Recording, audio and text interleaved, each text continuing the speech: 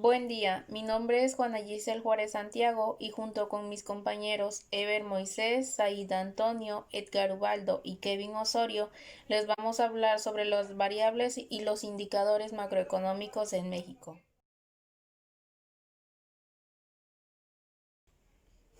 ¿Qué son los indicadores macroeconómicos? Un indicador macroeconómico son estadísticas que se liberan periódicamente por agencias gubernamentales y organizaciones privadas. Estas nos proporcionan información sobre el rendimiento económico de un país. ¿Qué es una variable? Una variable macroeconómica es una variable económica que refleja un fenómeno macroeconómico. Dicho de otra manera, es una variable macroeconómica porque refleja la evolución o describe una situación determinada de la economía. Algunos tipos de variables es la inflación, el desempleo, el PIB y el PNB. En este caso, mis compañeros van a hablar sobre el tema. Bueno, yo les voy a explicar lo que es el tema de inflación y posteriormente tasa de interés. La inflación viene siendo un fenómeno que se observa en la economía de un país y está relacionado con el aumento desordenado de los precios de la mayor parte de sus bienes y servicios que se comercian en sus mercados.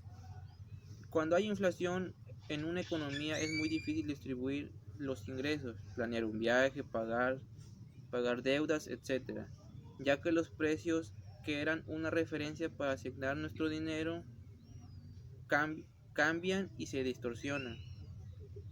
La inflación, la inflación en el 2015 tuvo una baja, ya que estaba del 2.1 y en el 2008 se encontraba a 3.1. Con esta inflación a veces aumenta debido a que las reformas estructurales las presionan de manera estricta, se podría decir. En el 2017 aumentó a 7%. Si, es, si, esta, si este aumento no hubiera sucedido, los precios de los bienes que son los bienes complementarios como son la maseca, el arroz, la carne, etcétera, estuvieran un precio más accesible para las personas. Este, para las personas. La causa de la inflación son cinco. Una es la inflación monetaria, que es la oferta de dinero que crece cuando la demanda aumenta. El déficit fiscal o monetizado, que es el gobierno financia el déficit con emisión. La inflación de demanda, que es la oferta de los bienes que no alcanza a cubrir toda su demanda proporcionada. La inflación de costos, que es el aumento de todos los precios de los insumos, como los productos que compramos, como les decía, la comisaria, las bebidas, etcétera. Y por último es la inflación inercial, es donde los mecanismos de propagación persisten en todo el tiempo que las personas consumen. La tasa de interés es donde el precio del dinero aumenta o en ocasiones disminuye. Aquí, si una persona o empresa requiere dinero para financiar sus operaciones, solicita un préstamo. El interés que se paga sobre el dinero solicitado es el que se paga por su servicio. Como en cualquier producto, siempre se cumple la ley de la oferta y la demanda, mientras sea más fácil conseguir dinero, la tasa de interés baja o en ocasiones aumenta. Por el contrario, si no hay suficiente dinero, la tasa será más alta. La tasa de interés influye mucho en la economía, ya que facilitan el consumo y por lo tanto la demanda de sus productos. También favorecen el ahorro y frenan la inflación, ya que con el consumo disminuye al incrementarse el costo de las deudas, pero al disminuir el consumo también se frena el crecimiento económico. Existe otra tasa de interés que por sus siglas se conoce como TIE, que significa la tasa de interés interbancaria de equilibrio. Esta surgió en el año de 1995 con la necesidad de tener una referencia de la tasa de interés base de financiamiento. Esta tasa la ocupaban los bancos para aumentarle el margen de intermediación en el cual aplicaban la devaluación del dinero, los riesgos en el país y los indicadores económicos. Y es todo. Índices del precio del consumidor. Es un índice económico en el que se valoran los precios de un determinado grupo de bienes o servicios. Mide los cambios a nivel de precios de una canasta de bienes o servicios adquiridos por los hogares. Se trata de un porcentaje que puede ser positivo o negativo. Características. Se asume que todo IPC debería ser representativo y confiable, tomando la muestra aleatoria y que cubra la mayor población posible. Debería ser comparable, tanto temporalmente como espacialmente, con otras IPC de otros países. Usos del IPC. El objetivo es medir la evolución de los precios y servicios representativos de los gastos de los hogares de una región. Los usos que se suelen dar son indicador de inflación, deflactor de bienes nacionales y de otras estrategias. Estimador de la vida. Se usa también como cláusulas de revisión salarial. Voy a exponer el PNB y el PIB, el Producto Interno Bruto y el Producto Nacional Bruto.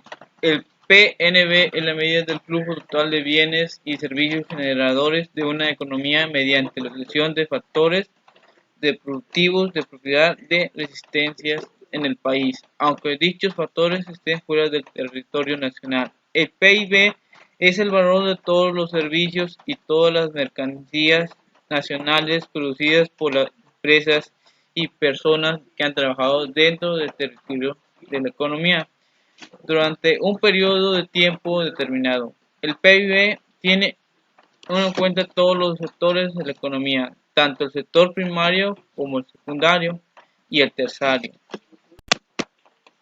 La diferencia entre el Producto Interno Bruto, PIB, y el Producto Nacional Bruto procede en la medición de la producción que hacen ambos, mientras que el PIB cuantifica la producción total llevada a cabo en un país dependiente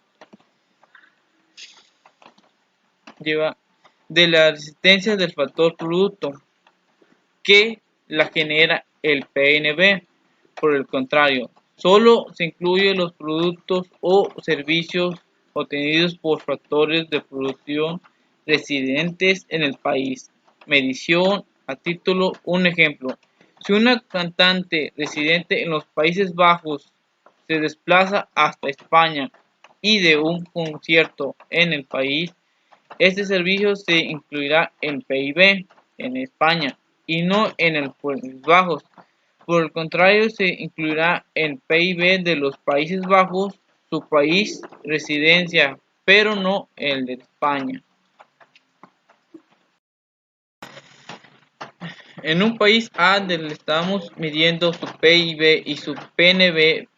Para la producción del país proviene de un pozo petrolero que es de propiedad de un inversionista extranjero residente en el país B. El ingreso obtenido en el pozo petrolero no influye hacia los residentes nacionales del país AA, sino a su propiedad extranjera. Como la producción de petróleo se realiza dentro del territorio nacional AA, incluye parte de su PIB.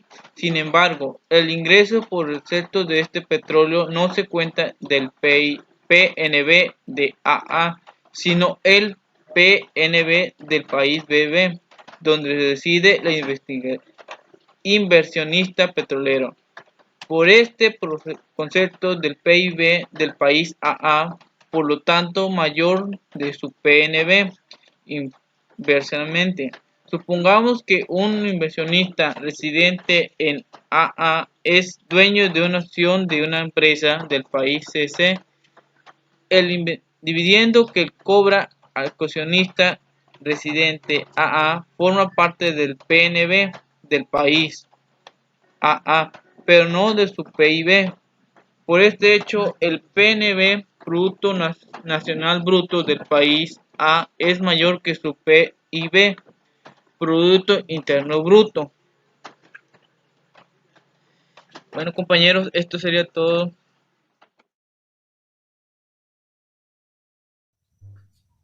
Yo hablaré sobre el desempleo, sobre las consecuencias que trae el desempleo a la economía, cómo afecta el desempleo a la economía.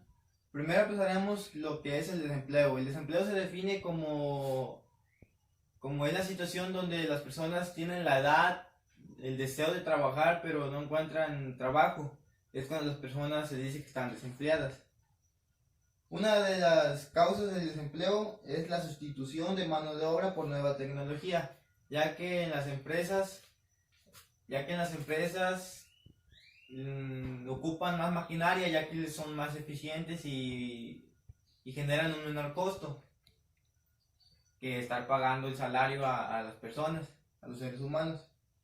Una también de las causas es el descenso temporal de crecimiento económico, la demanda, inversión, productividad e inflación.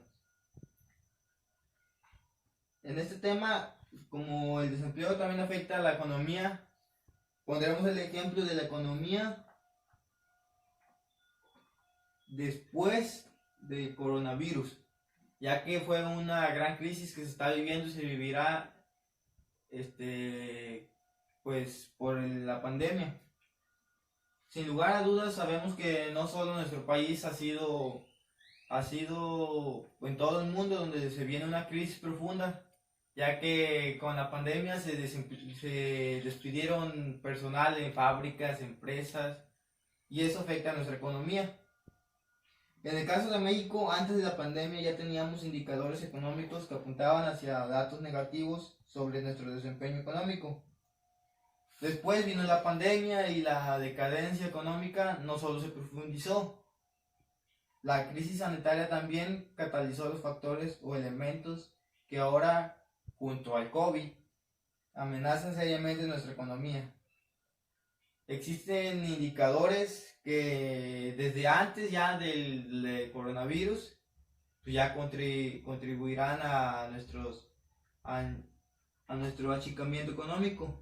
Esos son la caída del empleo, que se venía siendo el desempleo, la baja recaudación de impuestos y la reducción en las ganancias de las empresas, ya que con la pandemia también se redujeron las ganancias. No fabricaban el mismo producto, lo fabricaban, pero no se vendía igual. Estos factores ya sucedían antes de la pandemia, pero continuaron durante esta crisis sanitaria y debido al coronavirus pues se han hecho más profundos y se aceleraron.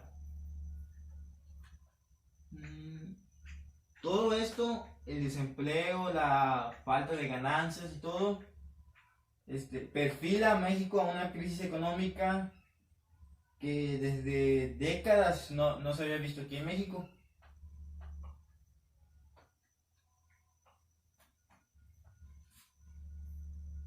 Este es un dato importante que diré. Dice, 10 días antes del confinamiento, entre el 13 de marzo y hasta el 6 de abril, la Secretaría del Trabajo y Previsión Social dio a conocer que en nuestro país se perdieron 346.800 empleos. Sin embargo, los empresarios dicen la cifra actual está casi en el doble, en más de 600.000 empleados perdidos, y estiman que llegaremos a 1 millón de desempleados, sin el sector automotriz del más afectado. En sí, este tema, lo que quiero decir es que el desempleo afecta a la economía, ya que igual pues las personas desempleadas no llevan suficiente dinero a sus casas, y igual en las empresas afectó. En las empresas que las ganancias no son las mismas, y ahí afecta la economía. y la pandemia fue un escalón más donde la economía se vino abajo, ya que las ganancias fueron bajas. Y de ahorita, después de la pandemia, pues también se viene la crisis, ya que se llevará un proceso largo para que las empresas lleguen otra vez a las ganancias que estaban produciendo antes de la pandemia. Y es una reflexión que se tiene de que pues la pandemia trajo muchos problemas, y entre ellas arrastró a todo el país a que la economía se viniera abajo. No solo aquí en México, sino en todo el mundo también. Están resintiendo este proceso tan difícil que estamos pasando. Y eso es todo, y gracias.